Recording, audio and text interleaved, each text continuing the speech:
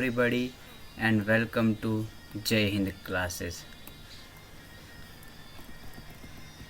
Part first में हमने 8.1 exercise के स्टूडेंट कुछ क्वेश्चन सॉल्व कर लिए थे और मैंने आपको एक क्वेश्चन होमवर्क में, मतलब ये जो 8वां क्वेश्चन है वो मैंने आपको होमवर्क में करने के लिए दिया था। आई होप आपने ये होमवर्क में कर लिया होगा। इसमें मैंने आइडिया भी दिया था कि किस तरीके से करना है। अगर किसी स्टूडेंट का नहीं हुआ है तो पार्ट 2 में आइए स्टूडेंट हम अब स्टार्ट करते हैं इसका सॉल्यूशन स्टूडेंट, ठीक है। तो ये क्वेश्चंस क्या कह रहा है स्टूडेंट, क्वेश्चंस कह रहा है, देखिए स्टूडेंट आपको हर चीज़ समझ में आएगी, लेकिन समझ में कब आएगी, जब मैं पढ़ाऊँगा और आप भी मेरे साथ साथ पढ़ना स्टार्ट करेंगे। एक्सरसाइज 8.1 अभी कंप्लीट हो जाएगी और यहाँ से कम 3 नंबर का क्वेश्चन सीधा सा बोर्ड एग्ज़ाम में आपसे पूछा जाएगा और क्वेश्चन बिल्कुल ईजी रहेगा। Sine cos tan cot sec cosec 6 function में से कोई एक दे रखा होगा जिससे हमको दो साइडें कोई भी मिल जाएगी, हाइपोटेनस, परपेंडिकुलर या बेस, इन तीनों में से कोई भी दो मिल जाएगी, एक मिसिंग रहेगी। इससे हम पाइथागोरस प्रमेय लगा के उसको निकालेंगे और उसके बाद जो फंक्शन पूछेगा उसका आंसर हम निकाल देंगे। छोटी सी प्रोसेस है, प्रैक्टिस करने से आपसे भी क्वेश्चन सॉल्व होने शुरू हो जाएंगे स्टूडेंट। उसी प्रोसेस में आगे चलते हैं, 8 क्वेश्चन को सॉल्व करने की कोशिश करते हैं और ये क्वेश्चन थोड़ा IMP क्वेश्चन है तो इसको ध्यान से देखें। चलो स्टूडेंट, क्वेश्चन क्या है, क्वेश्चन कह रहा है कि इफ़ यदि 3 cot A, यदि 3 cot A is equal to 4 है तो हमें ये चेक करना है कि 1 minus tan square A upon 1 plus tan square A is equal to cos square A minus sine square A होता है या फिर नहीं होता है। तो सबसे पहले हमको जो दे रखा है हम वहाँ पे वर्क करेंगे। हमको दे रखा है कि cot A की जो वैल्यू है वो 4 दे रखी है। 3 cot A की वैल्यू हमको क्या देगी स्टूडेंट, 4। तो क्या हम इस 3 को यहाँ मल्टीप्लाई में है तो इसको बाई टी भी करके इधर ले आएँ तो क्या हो जाएगा, cot A is equal to student हो जाएगा 4/3। होगा कि नहीं होगा स्टूडेंट, बिल्कुल होगा। ये आपने क्लास 9, 8 और 7 में पढ़ा होगा कि कोई भी दो नंबर्स के बीच मल्टीप्लाई होता है और इसमें से कोई एक नंबर बराबर के निशान के उस तरफ जाता है, बाई टी भी होता है तो गुणे में है तो वो भाग में चला जाता है, डिवाइड में हो तो गुणे में चला जाता है, प्लस में माइनस का और माइनस में हो तो प्लस का होके बाई टी भी हो जाता है। ये नॉर्मल चीज़ आपको आती होगी। तो हमने यहाँ पे 3 को उठा के 4 के नीचे रख दिया तो हमारे पास देखिए cot A की वैल्यू आ गई 4/3 स्टूडेंट। और आपको cot का फार्मूला पता होगा, नहीं पता है तो मैंने आपको एक ट्रिक बताई थी, लाल बटे कक्का। क्या बताई थी स्टूडेंट, लाल बटे कक्का। लाल जो है साइन का फार्मूला, कॉस का और ये टेन का फार्मूला। लेकिन यहाँ पर हमको वैल्यू दे रखी है cot की, तो जो cot होता है स्टूडेंट वो टेन का उल्टा होता है। किसका उल्टा होता है स्टूडेंट, टेन थीटा का। cot थीटा जो होता है वो टेन थीटा का अपोजिट होता है। क्या होता है, अपोजिट। जो टेन का फार्मूला है उसको उल्टा कर दे तो हमें cot की वैल्यू मिल जाएगी और टेन का फार्मूला होता है लंब बटे आधार। क्या होता है स्टूडेंट, लंब बटे आधार। टेन थीटा का फार्मूला होता है लंब बटे आधार। तो हम क्या cot A का फार्मूला आधार बटे लंब लिख सकते हैं, बिल्कुल लिख सकते हैं। आपको फॉर्मूले स्टूडेंट याद करने हैं, फॉर्मूले में इतना टाइम नहीं लगाना है। cot A का फार्मूला हमारे पास आ गया आधार बटे लंब। इंग्लिश मीडियम के स्टूडेंट के लिए हो गया आधार मतलब बेस और लंब मतलब परपेंडिकुलर। अब यहाँ से हमको cot A की वैल्यू दे रखी है, कितनी दे रखी है, 4/3। तो क्या हम यहाँ पर cot A की जगह बेस अपॉन परपेंडिकुलर बराबर क्या हम 4/3 नहीं लिख सकते। पहली स्टेप क्या स्टूडेंट आपको समझ में आ गई। मैंने क्या किया, cot A की जगह उसका फार्मूला रख दिया P/B/P और बराबर में जो हमको क्वेश्चन में दे रखा था वो इसके बराबर में हमने लिख दिया। इससे क्या हुआ स्टूडेंट, इससे ये हुआ कि हमको बेस की वैल्यू मिल गई 4 और परपेंडिकुलर की वैल्यू मिल गई स्टूडेंट 3। तो हमारे पास अब मिसिंग कौन सी साइड है, तो मिसिंग साइड है हाइपोटेनस। तो अब हम क्या करेंगे स्टूडेंट, जब हमारे पास हाइपोटेनस मिसिंग है तो हम क्या करेंगे, पाइथागोरस फार्मूला लगाएंगे। Pythagoras formula h² is equal to p² plus b²। h² हमें फाउंड करना है, निकालना है। p की वैल्यू हमारे पास है 3, तो 3 का स्क्वायर प्लस बेस की वैल्यू है सॉरी पी की वैल्यू है 4 और बेस की वैल्यू है स्टूडेंट पी की वैल्यू स्टूडेंट पी की यहाँ पर वैल्यू पुटअप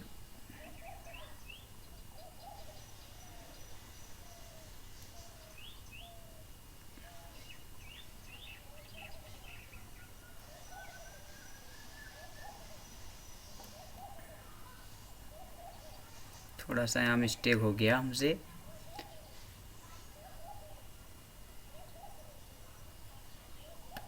चलिए स्टूडेंट, पी की वैल्यू कितनी है, परपेंडिकुलर की वैल्यू 3 है, जो कि हमने सही रखी थी, लेकिन कन्फ्यूजन के कारण हमारा थोड़ा सा गलत हो गया, माइंड मत करो इसको। और बी की वैल्यू है हमारे पास 4 और 4 का हमने कर दिया स्क्वायर। आगे क्या करेंगे, 3 का स्क्वायर किया तो 9 प्लस 4 का स्क्वायर किया तो 16 और ये हो गया, इनको ऐड करेंगे तो ये हो गया 25 और बराबर में हमारा हाइपोटेनस का स्क्वायर जो है वो बराबर में चल रहा है। अब क्या करेंगे, हाइपोटेनस का जो स्क्वायर है वो बराबर में चला जाएगा तो 25 के ऊपर रूट बन जाएगा और h बराबर, क्या हम 25 को 5 का स्क्वायर नहीं लिख सकते क्या, बिल्कुल लिख सकते हैं, और स्क्वायर से रूट कट जाएगा और हाइपोटेनस की वैल्यू आ गई 5। तो हमारे पास जो हाइपोटेनस मिसिंग था वो भी हमारे पास स्टूडेंट अब 5 आ गया है। अब क्या करेंगे स्टूडेंट, अब ये करेंगे कि जो क्वेश्चन में पूछ रखा है उसको चेक करेंगे। उसको क्या चेक करेंगे स्टूडेंट, तो हमको क्वेश्चन में सीधा सा पूछ रखा है, क्या पूछ रखा है कि क्या 1 माइनस 10 स्क्वायर ए अपॉन 1 प्लस 10 स्क्वायर ए बराबर कॉस स्क्वायर ए माइनस साइन स्क्वायर ए हो सकता है या नहीं हो सकता है। तो हम यहाँ पर इसको सॉल्व करेंगे स्टूडेंट। तो 1 का 1 लिख दिया माइनस टेन थीटा का फॉर्मूला होता है लंब बटे आधार, perpendicular upon base upon 1 plus, यहाँ पर भी यही फॉर्मूला रहेगा, लंब बटे आधार परपेंडिकुलर अपॉन बेस बराबर में क्या चल रहा है, बराबर में कॉस। कॉस का फॉर्मूला क्या होता है नहीं याद है तो हमारे पास ये ब्रह्मास्त्र है लाल बटे कक्का, तो यहाँ से देख लेंगे।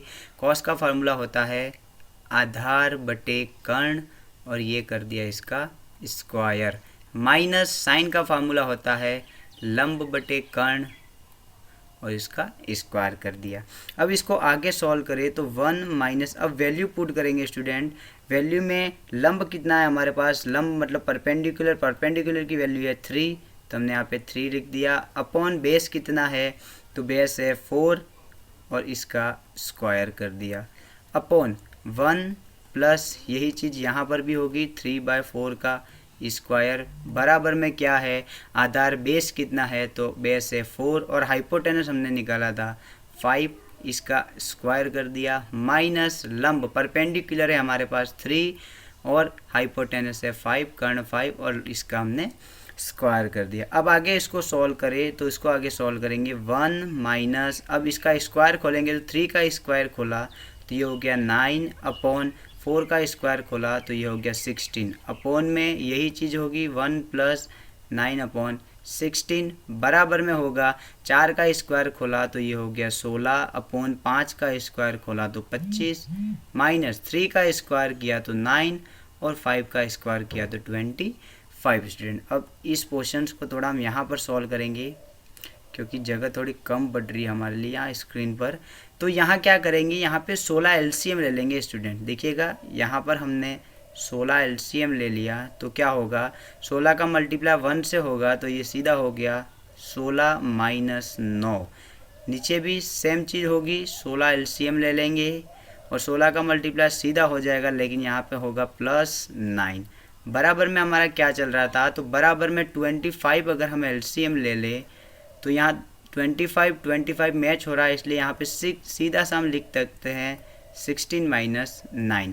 आगे इसको सॉल्व करें तो क्या होगा, 16 में से 9 चला गया तो स्टूडेंट ये बच्चा 7 अपॉन 16 और यहाँ पर देखें तो 16 में अगर हमने 9 जोड़ दिया तो ये हो गया 25 अपॉन ये हो गया 16 का 16 बराबर में हमारे पास चल रहा है 16 में से अगर 9 चला गया तो ये बच गया 7 और नीचे 25 और यहाँ पर अगर हम 16 से 16 काट दे तो क्या हमारे पास ये वैल्यू नहीं आएगी क्या कि 7/25 इज़ इक्वल टू 7/25, जो कि हमको यहाँ पे पूछ रखा था कि क्या ये दोनों पोजीशंस बराबर है, येस और नोट।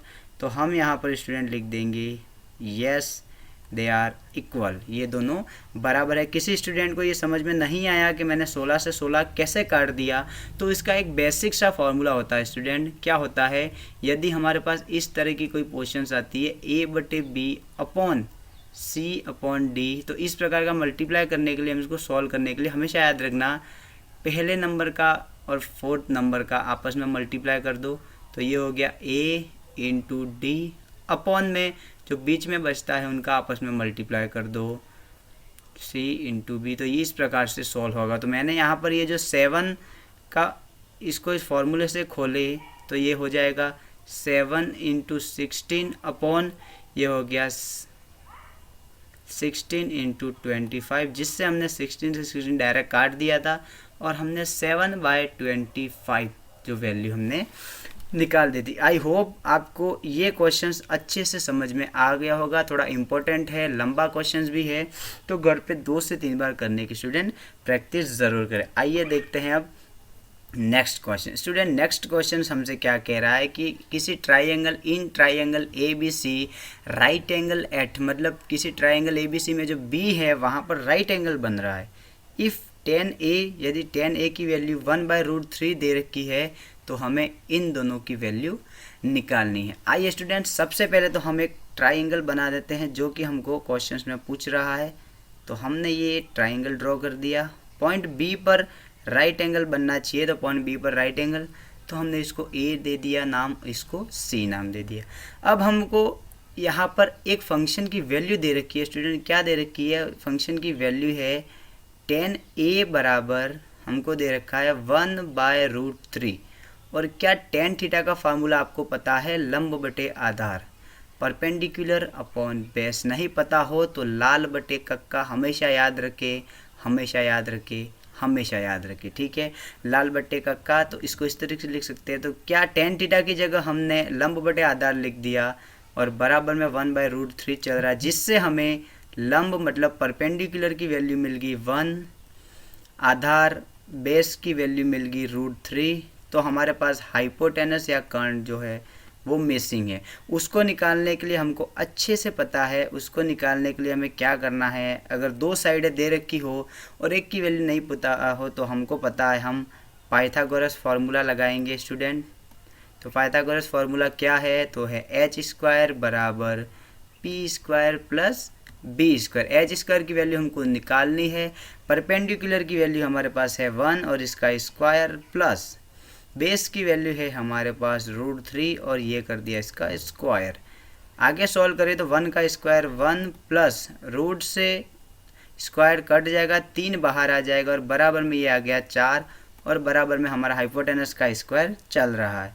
अब बराबर में जो स्क्वायर है वो जाके वहाँ पे रूट बना देगा और हम क्या 4 को 2 का स्क्वायर नहीं लिख सकते क्या, बिल्कुल लिख सकते हैं। स्क्वायर से रूट कट जाएगा और हमारे पास हाइपोटेनस या कर्ण की वैल्यू जो आ जाएगी वो आ जाएगी स्टूडेंट 2। अब हमारे पास यहाँ पर तीनों फंक्शन जो है उनकी वैल्यू आ गई है। क्या आ गई है, परपेंडिकुलर 1 आ गया, बेस जो √3 था और हाइपोटेनस स्टूडेंट हमारे पास आ गया है 2।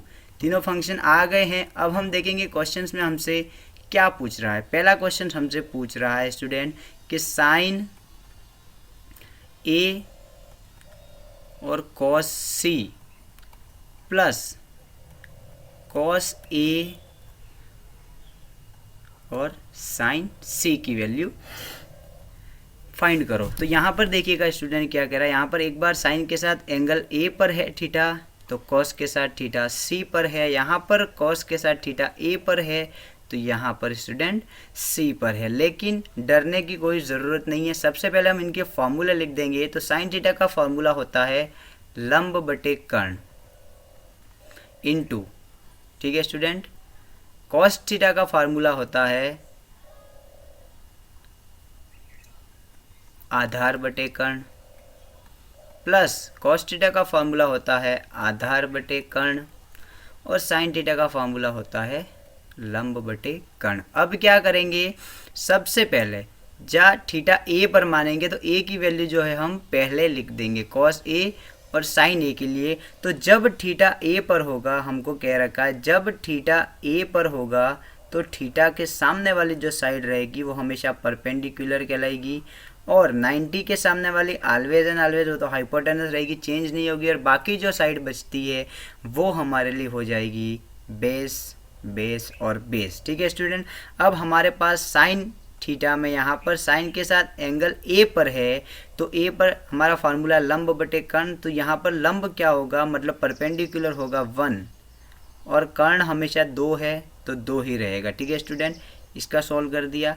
यहाँ पर इसकी वैल्यू नहीं लिखेंगे क्योंकि यहाँ पर थीटा सी डिग्री पर है, इसलिए इसको एक बार रहने देंगे। प्लस यहाँ पर कॉस ए, थीटा ए पर है तो इसकी वैल्यू देखेंगे आधार बटे कर्ण, तो आधार बेस कितना है स्टूडेंट, तो बेस हमारे पास है √3 अपॉन कर्ण कितना है, तो कर्ण है 2। नहीं पता हो तो ये वैल्यू लिख देना। परपेंडिकुलर ये वैल्यू है हमारे पास 1, बेस की वैल्यू है √3 और हाइपोटेनस की वैल्यू है हमारे पास 2। ठीक है स्टूडेंट, इन दोनों का सॉल्व कर लिया। अब हम थीटा लेकर आएंगे सी डिग्री पर। अगर मान लो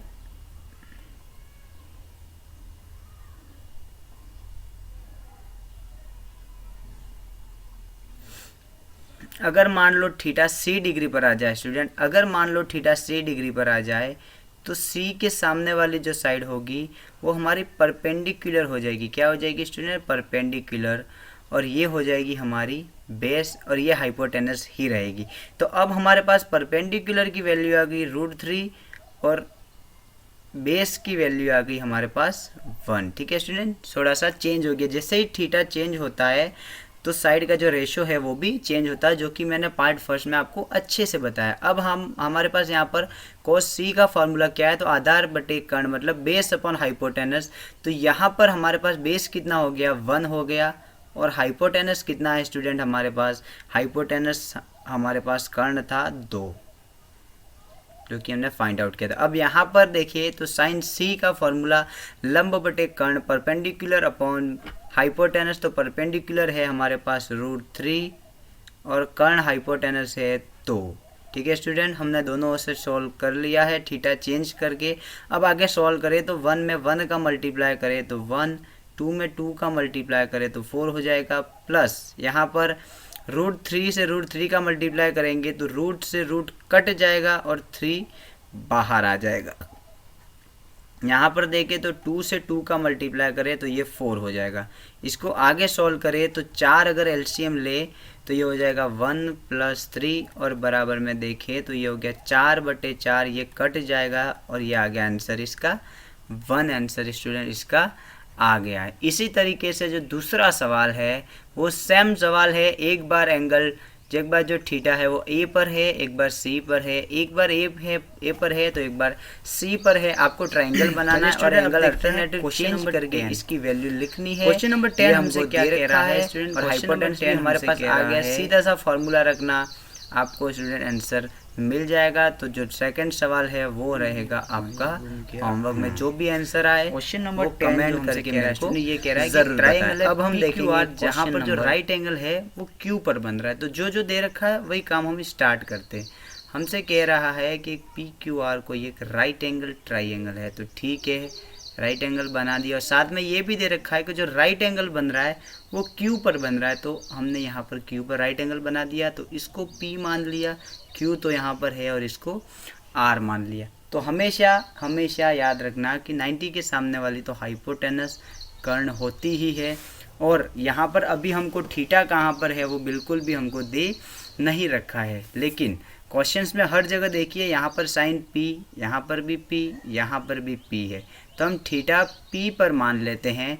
तो ये हमारा हो गया परपेंडिकुलर या फिर लंब, और ये हो गया आधार या फिर ये हो गया हमारा बेस। ठीक है स्टूडेंट, और अब आगे क्या कह रखा है कि PR + QR, तो PR + QR मतलब हाइपोटेनस और परपेंडिकुलर दोनों को ऐड करें तो ये 25 सेंटीमीटर है, और P से Q की जो लेंथ है वो 5 सेंटीमीटर है, मतलब ये जो लेंथ है वो 5 सेंटीमीटर है, और इन दोनों की साथ में दे रखी है। तो यहीं से हम क्वेश्चन सॉल्व करना स्टार्ट करेंगे। क्या हम यहाँ पर क्या हम यहाँ पर ये जो दे रखा है P R plus Q R बराबर 25 सेंटीमीटर दे रखा है, क्या हम यहाँ से पी आर की वैल्यू रहने देंगे और पी आर को क्या हम इस तरीके से लिख सकते हैं क्या?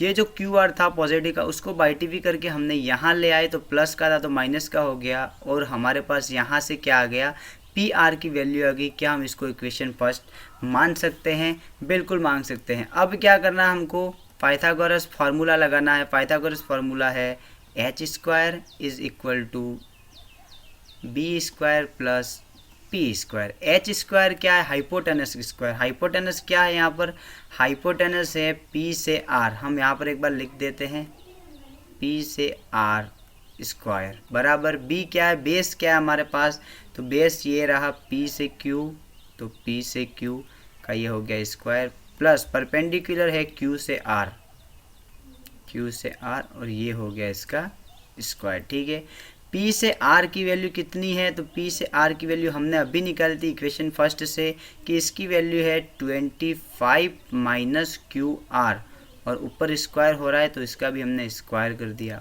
बराबर में क्या है, P से Q की वैल्यू जो कि हमको क्वेश्चन में दे रखी है, P से Q की वैल्यू 5 सेंटीमीटर, तो इसको हम लिख देंगे 5 स्क्वायर प्लस क्यू आर कितना है हमको नहीं पता, नहीं पता, नहीं पता, तो इसका क्यू आर का स्क्वायर रहने देंगे। अब क्या करेंगे, यहाँ पर एक फॉर्मूला बन रहा है, आपको याद हो, आपने क्लास 8 में पढ़ा होगा a माइनस बी का होल स्क्वायर।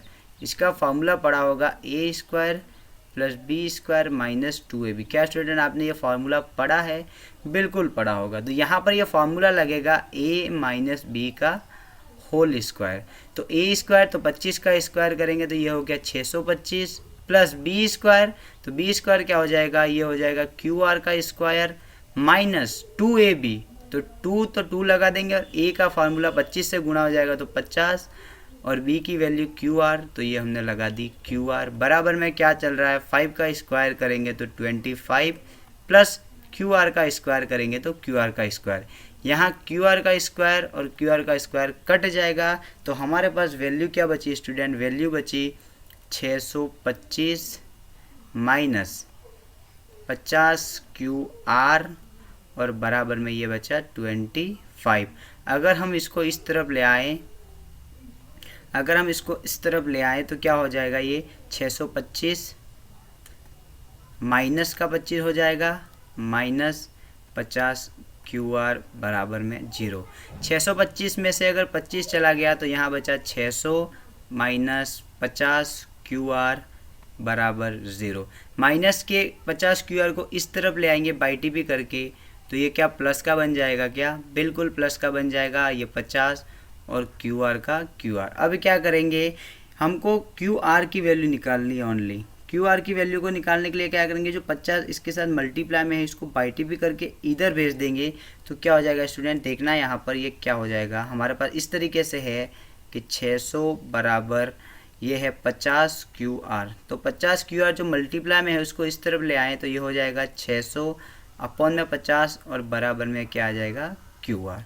तो एक ज़ीरो से एक ज़ीरो कट गया, और 5 के टेबल से 60 12 बार कटेगा, और क्यू आर की वैल्यू हमारे पास आ गई 12, और क्यू आर हमारे पास क्या था, तो क्यू से आर हमारे पास था परपेंडिकुलर, तो ये वैल्यू हमारी आ गई 12 सेंटीमीटर। अब हाइपोटेनस कितना आएगा, तो इक्वेशन फर्स्ट में देखो, इक्वेशन फर्स्ट क्या थी, इक्वेशन फर्स्ट हमारे पास थी, यहाँ पर देख लेते हैं, इक्वेशन फर्स्ट थी कि पी आर बराबर 25 माइनस क्यू आर, और हमने अभी क्यू आर की वैल्यू निकाल ली है 12, तो क्या हम इससे पी आर की वैल्यू निकाल सकते हैं क्या, तो यहाँ 25 माइनस 12 कर देंगे तो हमारे पास पी आर की वैल्यू मतलब हाइपोटेनस की वैल्यू कितनी आ जाएगी स्टूडेंट, 13 आ जाएगी, जो कि हम यहाँ पर पुट कर सकते हैं 13। ठीक है, अब हमारे पास तीनों लेंथ आ गई, हाइपोटेनस आ गई, परपेंडिकुलर आ गया, और लंब तो हमको पहले से ही 5 सेंटीमीटर दे रखा था। अब हमारे पास तीनों लेंथ आ गई, अब हमारा वर्क बचा कि क्वेश्चन में जो पूछ रखा है हम उसका सॉल्यूशन करें। सबसे फर्स्ट पूछ रखा है साइन पी,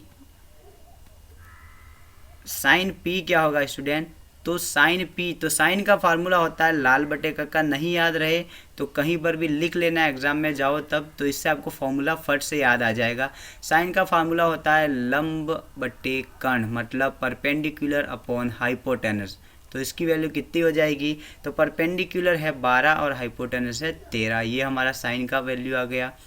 दूसरा हमको पूछ रखा है कोस पी क्या होगा स्टूडेंट, तो कोस का फार्मूला हो जाएगा बेस अपॉन हाइपोटेनस या फिर आधार बटे कर्ण। आधार हमारे पास था 5 और कर्ण की वैल्यू थी 13। तीसरा 10 पी की वैल्यू, तो लंब बटे आधार होता है, आपको फॉर्मूले याद हो जाने चाहिए, परपेंडिकुलर अपॉन बेस, और परपेंडिकुलर हमारे पास था 12 और बेस था हमारे पास 5। इस तरीके से हमको जो 3 पूछ रखे थे उसकी हमने वैल्यू निकाल दी। आप घर पे बैठ के कोट पी, सेक पी और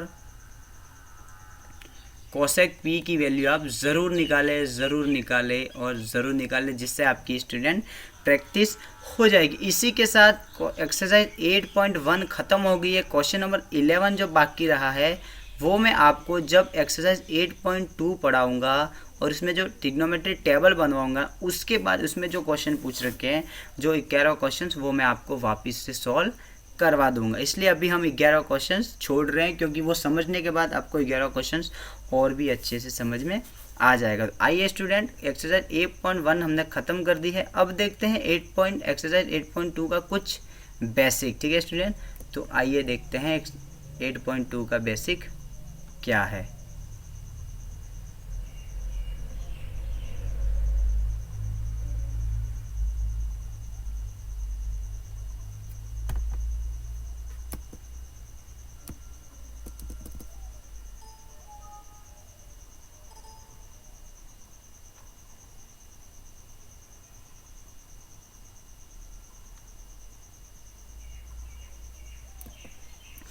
आइए स्टूडेंट, अब देखते हैं ट्रिग्नोमेट्री टेबल।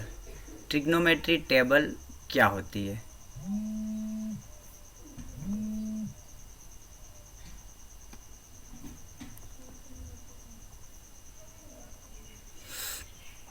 चलिए स्टूडेंट, ट्रिग्नोमेट्री टेबल किस तरीके से बनाते हैं, आपको ये टेबल अच्छे से सीखनी है। और यहाँ से भी 2 मार्क्स का क्वेश्चंस या फिर सीधा 5 मार्क्स का क्वेश्चन आपको सीधा 10th क्लास के बोर्ड में पूछ सकता है। तो यहाँ से फोकट के आपको 5 नंबर मिल सकते हैं स्टूडेंट। ठीक है, यहाँ से अच्छे और बड़े क्वेश्चन बनेंगे, इसलिए ट्रिग्नोमेट्री टेबल जो है वो आपको अच्छे से याद रखनी है और याद रखनी है। अब ट्रिग्नोमेट्री टेबल क्या होती है, तो ट्रिग्नोमेट्री टेबल किस तरीके से बनती है उसको देखेंगे। तो सबसे पहले हम यहाँ पर फंक्शन लिख देंगे। तो ट्रिग्नोमेट्री 6 फंक्शन है। तो पहला फंक्शन है साइन थीटा, दूसरा फंक्शन है कॉस थीटा, तीसरा फंक्शन है tan theta, cot theta, sec theta और कोसेक थीटा। ये हमारे 6 फंक्शंस हैं। यहाँ पर हम थीटा ले लेंगे, तो थीटा की वैल्यू क्या रहेगी वो हम इस तरफ लिख देंगे, 0 डिग्री, 30 डिग्री, 45 डिग्री, 60 डिग्री और 90 डिग्री। आपको यही एंगल याद रखने हैं, एक तो 0 डिग्री, 30 डिग्री, 45 डिग्री, 60 डिग्री और 90 डिग्री। इससे आगे और इसके बीच के आपको याद नहीं करने हैं। अब क्या करेंगे, हम साइन थीटा की जो डिग्री में जो वैल्यू है वो लिखेंगे। उसको लिखने के लिए अगर आपको याद रह जाती है तो अच्छी बात है, अगर आपको याद नहीं रहती है तो मैं आपको ट्रिक देता हूँ। देखिएगा, 0, 1, 2, 3 और 4 लिख दो और इसको 4 से डिवाइड करके इसका स्क्वायर कर दो। क्या करना है, 0 से 4 तक नंबर लिख देने हैं, फिर उसको 0 से 4 तक लिख दिए, फिर जो लास्ट वाला नंबर है 4 उससे सबको डिवाइड करना है और इसके बाद इसका अंडर रूट कर देना है। क्या कर देना है स्टूडेंट, अंडर रूट कर देना है, अंडर रूट कर देना है, अंडर रूट कर देना है। यहाँ से ये वैल्यू आएगी, ये तो बन जाएगा 0, तो पहली वैल्यू बन गई 0। और ये 4 है तो इसको 2 का स्क्वायर करेंगे और स्क्वायर से रूट कट जाएगा और 1 तो पहले से ही बाहर है, तो यहाँ से हमारे पास 1/2 आ जाएगा और √2 तो रूट के अंदर ही रहता है, और अपॉन में जो 4 है वो अंडर रूट से बाहर आ जाएंगे 2 के साथ, ठीक है। रूट का 3 जो रूट में ही रहता है, और 4 जो है वो रूट से बाहर आ जाएंगे 2 के साथ, ठीक है।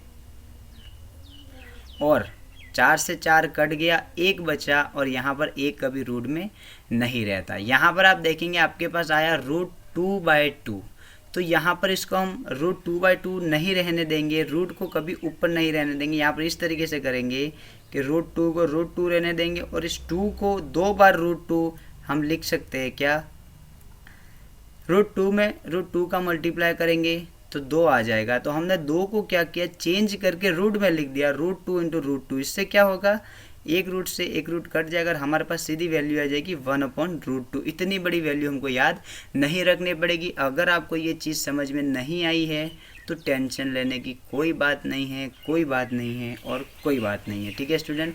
आपको मैं एक लाइन बताता हूँ, वो लाइन याद कर लेनी है कि साइन 0 की वैल्यू होती है 0, साइन 30 की वैल्यू होती है 1/2, और साइन 45 की वैल्यू होती है 1/√2, और ये होती है √3/2, और इसकी वैल्यू होती है 1। ये 5 वैल्यू अगर आपने याद कर ली, अगर आपने रट ली स्टूडेंट, तो ये पूरी टेबल आप 2 मिनट में बना लेंगे। 2 मिनट से भी कम टाइम लगेगा अगर आपको ये वैल्यू याद है। और अगर ये वैल्यू याद नहीं है तो आप इस तरीके से भी निकाल सकते हो, जो कि मैंने आपको बताया है कि 0 से 4 तक नंबर लिख लो। उसके बाद जो चौथा नंबर है 4 है, उसका सबसे मल्टीप्लाई कर दो, तो उसके बाद स्क्वायर कर दो, तो जो आएगा वो हमारी साइन थीटा की वैल्यू रहेगी। अगर आपको ये सब नहीं करना है तो अब सीधी सी आप ये साइन थीटा की जो वैल्यू है वो याद कर लो। अब क्या करना है, साइन थीटा की वैल्यू लिख दी, इसके बाद क्या करेंगे, जो साइन थीटा की वैल्यू है उसको उल्टा कर देंगे। उसका क्या कर देंगे, उल्टा कर देंगे। इस तरीके से जा रहा था, हम इस तरीके से उसको उल्टा लिख देंगे तो वो कॉस की वैल्यू बन जाएगी। तो साइन में सबसे पीछे 1 है तो कॉस में सबसे आगे 1 होगा। इसके बाद √3/2 है तो इसके बाद कॉट में √3/2 होगा, √3/2, √1/√2, फिर 1/2 है तो यहाँ पर 1/2, और फिर 0 है तो यहाँ पर 0। क्या आपको दूसरी लाइन मैंने किस तरीके से लिखी आपको समझ में आ गई? कुछ नहीं किया है, जो साइन थीटा की वैल्यू थी वो सीधे क्रम में थी तो हमने इसको जस्ट इसका अपोजिट लिख दिया। 1 पीछे था तो आगे लिख दिया, √3/2 सेकेंड लास्ट था तो हमने सेकेंड में लिख दिया 1/√2, 1/√2, 1/2 को 1/2, और 0 फर्स्ट में था तो लास्ट में लिख दिया। क्या मैंने ये किस तरीके से लिखा आपको समझ में आ गया? अगर आ गया है तो चलिए आगे बढ़ते हैं। साइन की वैल्यू याद हो गई, कॉस कैसे लिखते हैं पता चल गया। अब बारी आती है टेन थीटा की। तो टेन थीटा का एक छोटा सा फॉर्मूला होता है जो आपको याद रखना है, याद रखना है और याद रखना है। साइन थीटा का एक फार्मूला होता है, सॉरी टेन थीटा का, कि sine theta cos tan theta is equal to sine theta upon cos theta. क्या होता है स्टूडेंट? टेन थीटा का फार्मूला होता है sine theta upon cos theta. मतलब जो साइन थीटा की वैल्यू है उसमें अगर कॉस थीटा की वैल्यू का डिवाइड कर दे तो टेन थीटा की वैल्यू आ जाएगी। तो अब हम क्या करेंगे कि टेन 0 डिग्री का मान क्या होगा, तो साइन थीटा की वैल्यू में कॉस थीटा की वैल्यू का डिवाइड करेंगे। तो अगर 0 में 1 का डिवाइड करें तो ये कितना आ जाएगा स्टूडेंट? 0 आएगा और 0 आएगा, ठीक है। 1/2 और √3/2 का डिवाइड करेंगे तो 2 से 2 कट जाएगा। क्या होगा स्टूडेंट? 2 से 2 कट जाएगा और हमारे पास 1/√3 आ जाएगा, तो 1/√3 आ जाएगा। यहाँ √2 से √2 कट जाएगा तो 1/1, जिसको हम 1 लिख सकते हैं। 2 से 2 कट जाएगा तो √3/1, तो 1 नहीं लिखेंगे, सीधा √3 लिखेंगे। और यहाँ पर 1/0, 1/0 की क्या वैल्यू होती है? तो 1/0 की वैल्यू होती है इन्फिनेटिव। कोई भी स्टूडेंट इसको 0 नहीं लिखेगा। 0/1 की वैल्यू होती है 0, ठीक है। लेकिन किसी नंबर में अगर 0 का भाग दे रहे हैं तो वो नंबर इन्फिनेटिव आएगा, और अगर किसी 0 में 1 का भाग देंगे तो वो 0 बनेगा। लेकिन अगर किसी नंबर में 0 का भाग दे रहे हैं तो वो इन्फिनेटिव रहेगा, आपको याद रखना है। तो 1 में अगर 0 का डिवाइड करें तो ये हो गया इन्फिनेटिव। क्या आपको टेन थीटा की वैल्यू कैसे आई स्टूडेंट, आपको पता लगा या नहीं लगा? कुछ नहीं किया है, साइन थीटा की जो वैल्यू थी उसमें कॉस थीटा की वैल्यू का हमने डिवाइड किया। 0 में 1 का डिवाइड किया तो 0 आया। 1/2 में √3/2 का किया तो 2 से 2 कट गया और 1/√3 हमारे पास सीधा सा आ गया। यहाँ पर 1/√2 और 1/√2 का डिवाइड करेंगे तो चौथे नंबर से दूसरा नंबर कट जाएगा, तो कट गया √2 से √2, 1/1 आया और 1/1 को क्या हम 1 नहीं लिख सकते, तो हमने यहाँ पर 1 लिख दिया। इसके बाद √3/2 और 1/2, तो 2 से 2 कट गया और हमारे पास आया √3/1, तो इसको हम √3 ही लिखेंगे, 1 का डिवाइड करें तो वही आएगा, इसलिए हमने √3 लिख दिया। और 1/0 को इन्फिनेटिव कहते हैं तो इन्फिनेटिव लिख दिया। क्या हमने ये 3 फंक्शन की वैल्यू कैसे लिखी आपको समझ में आ गई? ठीक है, अब आगे बढ़ते हैं। tan थीटा की वैल्यू हमारे पास आ गई है। अब मैंने आपको बताया था जब एक्सरसाइज स्टार्ट की, जो tan थीटा होता है वो cot थीटा का उल्टा होता है। क्या होता है? उल्टा, अपोजिट होता है। तो जो tan थीटा की वैल्यू है उसको उल्टा कर देंगे या क्रम से उल्टा कर देंगे तो वो cot थीटा की वैल्यू बन जाएगी। मतलब ये जो tan थीटा की वैल्यू आई है इसको उल्टा लिख देंगे। यहाँ इन्फिनेटिव आगे था, पीछे था सॉरी, तो यहाँ आगे लिख देंगे, फिर √3 लिख देंगे, फिर 1, फिर 1/√3 और 0 आगे था तो यहाँ पर 0 पीछे लिख देंगे। तो 4 फंक्शन की वैल्यू हमको इजीली मिल गई। इसके बाद सेक थीटा क्या करेंगे, तो मैंने आपको बताया पहले सेक थीटा जो होता है वो कॉस थीटा का उल्टा होता है। तो सेक थीटा की वैल्यू क्या लिखेंगे, तो सेक थीटा में जो कॉस थीटा है उसकी वैल्यू को उल्टा कर देंगे, मतलब 1 से डिवाइड कर देंगे। मैंने आपको बताया है स्टूडेंट पहले कि कॉस थीटा जो होता है वो 1/सेक थीटा के बराबर होता है। क्या होता है?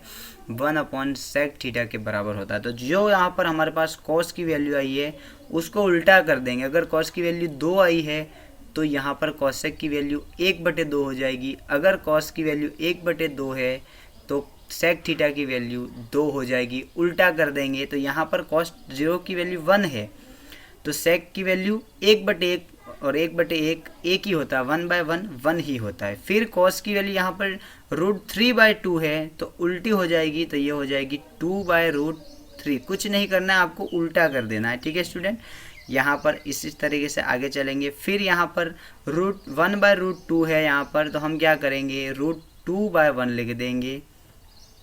फिर आगे बढ़े तो 1/2 है तो 2 ऊपर चला जाएगा और 1 नीचे लिखने का कोई मतलब नहीं है, तो ये √2 रहेगा, ये 2 रहेगा और 0 डिग्री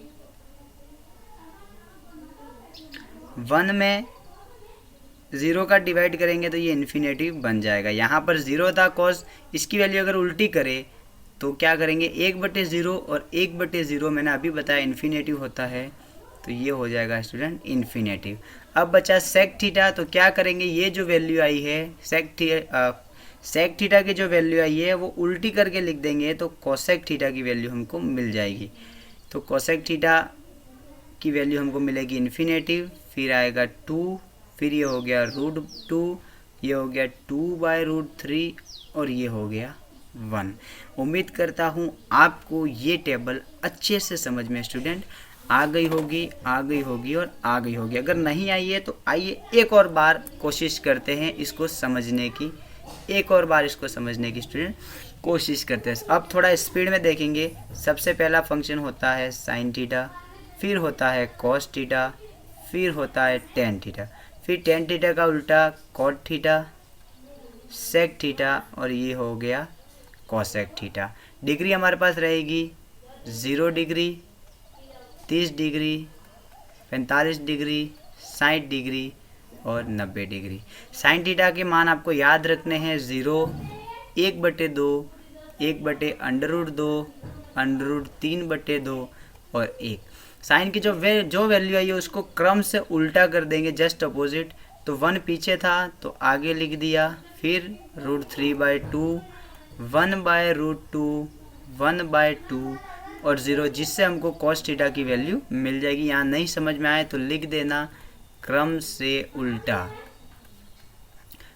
उल्टा किया तो कॉस थीटा मिल गया। अब टेन थीटा कैसे निकाला, तो टेन थीटा का फार्मूला होता है साइन थीटा में कॉस थीटा का डिवाइड करें तो टेन थीटा आ जाएगा। ठीक है, तो यहाँ पर क्या करेंगे, 0 में 1 का डिवाइड किया तो ये हो गया 0, 1/2 में √3/2 गया तो 2 से 2 कट जाएगा और 1/√3 आ जाएगा। यहाँ पर √2 से √2 कट जाएगा तो 1 आ गया। यहाँ पर 2 से 2 कट जाएगा तो √3 आ गया और 1/0 होगा तो ये हो गया इन्फिनेटिव लिख दिया। फिर जो 10 की वैल्यू आई उसको वापस उल्टा कर दो तो कॉट की आएगी, तो इन्फिनेटिव √3 1/√3 और ये हो गया स्टूडेंट 0। अब बारी है सेक थीटा। तो जो कॉस थीटा की वैल्यू है, सेक थीटा जो कॉस थीटा की वैल्यू है उसको 1 से डिवाइड कर दो या उल्टा कर दो। तो 1 का 1 से डिवाइड करेंगे तो 1 ही आएगा। √3/2 का उल्टा करेंगे तो 2/√3 हो जाएगा। 1/√2 तो ये √2/1 1 नहीं लिखे चल जाएगा। 1/2 का सीधा 2 और ये जो 0 है उसमें अगर 1 में 0 का डिवाइड करें तो ये इन्फिनेटिव बन जाएगा। और कोसेक थीटा की वैल्यू जो सेक थीटा की वैल्यू उसको क्रम से उल्टा कर दो तो ये इन्फिनेटिव 2√2 2/√3 और 1। इस तरीके से आपको ये ट्रिग्नोमेट्री टेबल जो है वो स्पीड से कम 2 मिनट में बनानी आ जानी चाहिए, क्योंकि इसके बेसिक पर आपका एक्सरसाइज 8.2 पूरा टिका हुआ है। और बोर्ड में यहाँ से एक तो 3 नंबर का क्वेश्चंस और 1 नंबर का क्वेश्चंस 101% बोर्ड एग्ज़ाम में बनेगा ही बनेगा। तो आपको क्या करना है, जब भी आप एग्ज़ाम में बैठोगे स्टूडेंट, तो ये टेबल 2 मिनट के अंदर पीछे जो रफ पेज होगा उस पर ये टेबल बना देनी है। तो इसमें एग्ज़ाम में इस तरीके से क्वेश्चंस आएंगे। क्या क्वेश्चन आएंगे, जैसे मैं एग्जांपल बता दूं यहाँ पर कि sine 60 degree plus cos 0 degree की वैल्यू कितनी होगी बताओ। तो साइन 60 की वैल्यू कितनी होती है, ऐसे तो इतनी सारी वैल्यू हमको याद नहीं रहेगी, लेकिन अगर हमारे पास टेबल बनी हुई है तो हमको पता चल जाएगा कि यहाँ पर साइन 60 की वैल्यू कितनी है।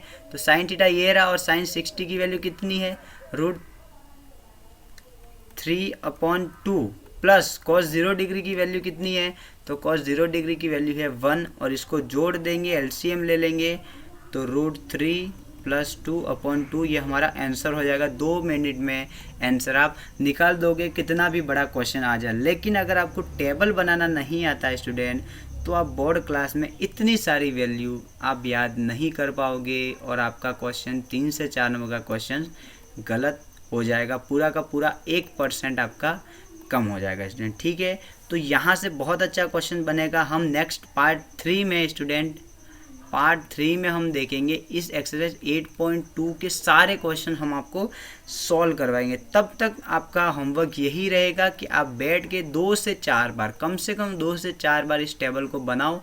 आपको ये टेबल अच्छे से याद हो जाएगी, कोई हार्ड नहीं है। 2 से 3 बार प्रैक्टिस करोगे टेबल आपको याद हो जाएगी। तो चलिए स्टूडेंट, अब हम मिलते हैं पार्ट 3 में। तो पढ़ते रहिए, जो होमवर्क दिया है वो करते रहिए स्टूडेंट। ठीक है।